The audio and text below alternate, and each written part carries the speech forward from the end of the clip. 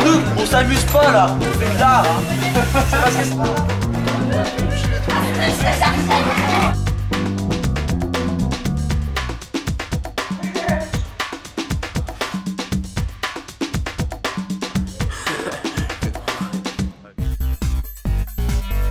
Les 3 rouleaux là, ouais.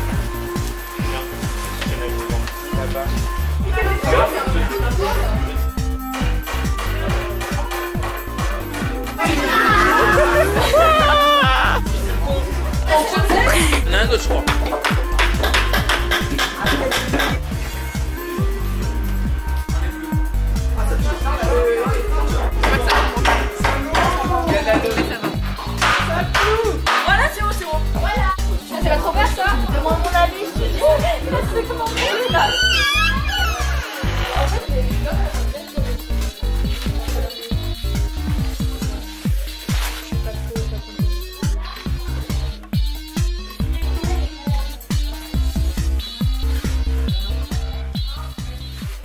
Peut-être les classes de terminale n'étaient pas souvent sollicitées pour des projets au long cours ou des projets artistiques, étant concentrées sur l'examen de la fin de l'année. Et donc est née cette idée de leur proposer un atelier et de leur proposer de faire peut-être un pas de côté par rapport à ce qu'ils pouvaient connaître dans les classes habituellement. Et donc l'idée était vraiment d'aller à la rencontre d'eux. Donc d'aller à la rencontre d'un type d'art que peut-être les élèves ne connaissaient pas, de lieux qu'ils ne connaissaient pas, et de faire se rencontrer les classes entre elles. Donc l'idée a été vraiment de proposer des sorties qui mélangeraient une classe de filière générale et une classe de filière technologique.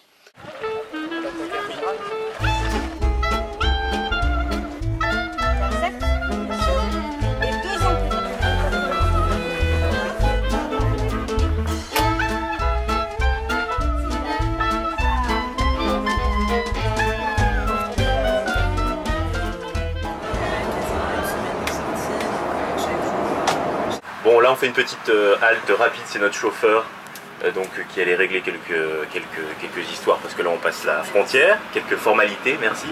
Donc je vous rappelle un peu le déroulement de la journée, ce sera pas long mais soyez attentifs quelques instants. On en a encore pour une petite heure avant d'arriver à Lausanne.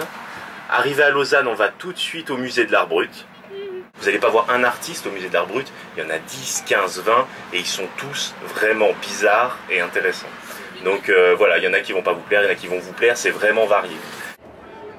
Une définition de l'art brut, alors une définition qui de mon côté est tout à fait, en fait avec des mots de vulgarisation, je suis tout à fait néophyte là-dedans, mais c'est vraiment de l'art pratiqué par des personnes dont on considère qu'elles ne sont pas spécialistes, ni formées particulièrement, ni qu'elles n'ont pas de disposition culturelle ou sociale ou artistique pour ça, et qui pourtant se lancent dans la production artistique avec leur propre sensibilité et sont là où on ne les attend pas et produisent un art qui pour autant est tout à fait reconnu pour sa valeur esthétique, émotionnelle et...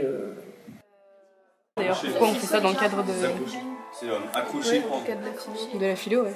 Eh ben je vais vous expliquer, comme ça c'est moi qui parle. Voilà. En fait au départ, moi je voulais juste vous emmener au musée de l'art brut. Au départ c'était juste ça. Ensuite le projet s'est étoffé et alors l'idée c'était de...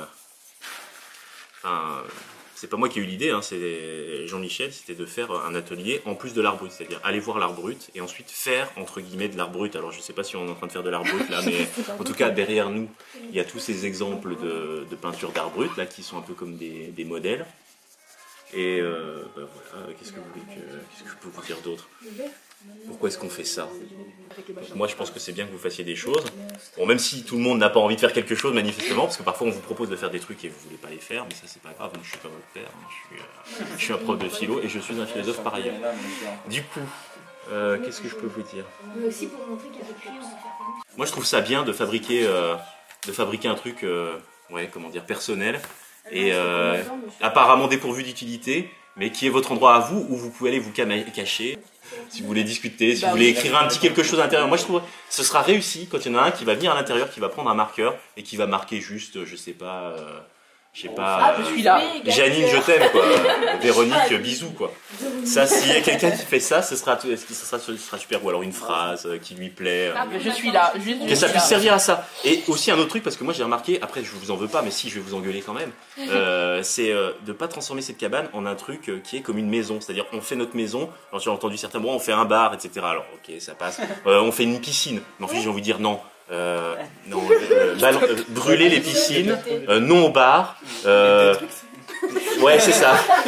Oh tiens, si on faisait quelque chose qui... Non, faisons que ce soit autre chose que ce que la société, je sais pas, la société du spectacle, la société de consommation veut nous faire faire. Vous voyez, des trucs... Mais bon, je comprends, on a envie de faire... Regardez, il y avait des bébés, il y avait des espèces de poupons. Bah voilà... Il y en a certains qui les ont pendus. On a cloué les bras. Voilà. Il y en a d'autres qui les ont mis dans un berceau, vous voyez. On va dire, mais c'est bon, vous n'êtes pas obligé de faire tout ce qu'on vous a appris de faire, etc. On nous a pas appris à pendre les bébés. Oui. Ouais, je sais. Ouais, je sais. C'est pas grave. Il y a des membres, ouais. Bah ouais. T'apprends quoi à l'école? Des membres pour les enfants. Pour les pauvres. En tout cas, ouais. Et le nom, alors comment est-ce qu'on l'appelle la cabane? La maison de Mickey. Comment? Bichat. Bichat. Super. Non, mais peut-être qu'il faut pas lui donner de nom, c'est comme on l'appelle comme on veut. Hein. Ah, mais les enfants de la moi, je peux... maison brutale. La maison brutale, et c'est pas si mal. La maison brute. Oui, mais c'est pas une maison. La cabane brute. C'est pas mal, hein. Ouais, mais plus cabane, parce que c'est pas...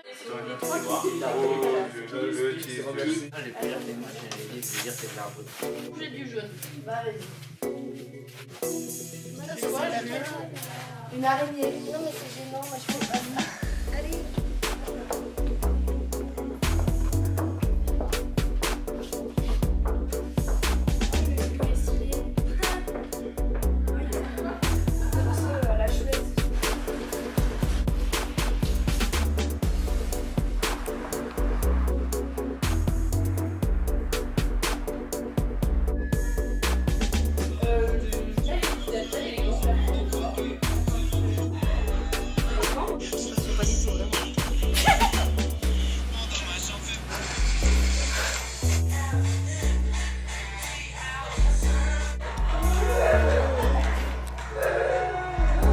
Lausanne, ça vous a plu? Ah ouais.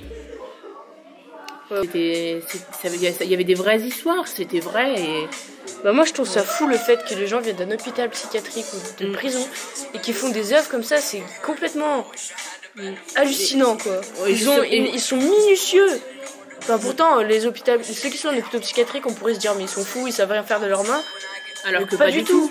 Bah, j'arrive jamais à me souvenir de son nom. Celui qui a fait les grandes fresques avec un seul pinceau. Enfin, Richard. Attends, pas Adrien Lesage ou un truc comme ça. Ah, Lesage, Augustin Lesage. Non, ça c'est Augustin Lesage, mais c'est pas ça. L'immense panneau là, médiumnique là, c'est Lesage.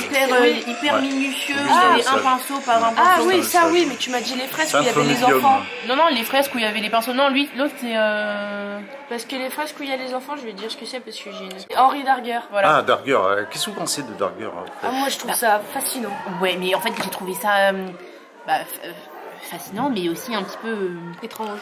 Ouais, genre on se dit mais inquiétant quoi. Ouais, il peint des enfants tout nus, on a fait il est super inquiétant Darger en fait. Oui, mais il a un monde, en fait, ce qui m'a plu, c'est qu'il peint son monde. Il n'y a pas beaucoup de... Enfin, je veux dire, il est vraiment dans son monde, il a écrit un livre, il a fait les peintures de son livre, il est perché, mais c'est ça que je trouve fascinant en fait.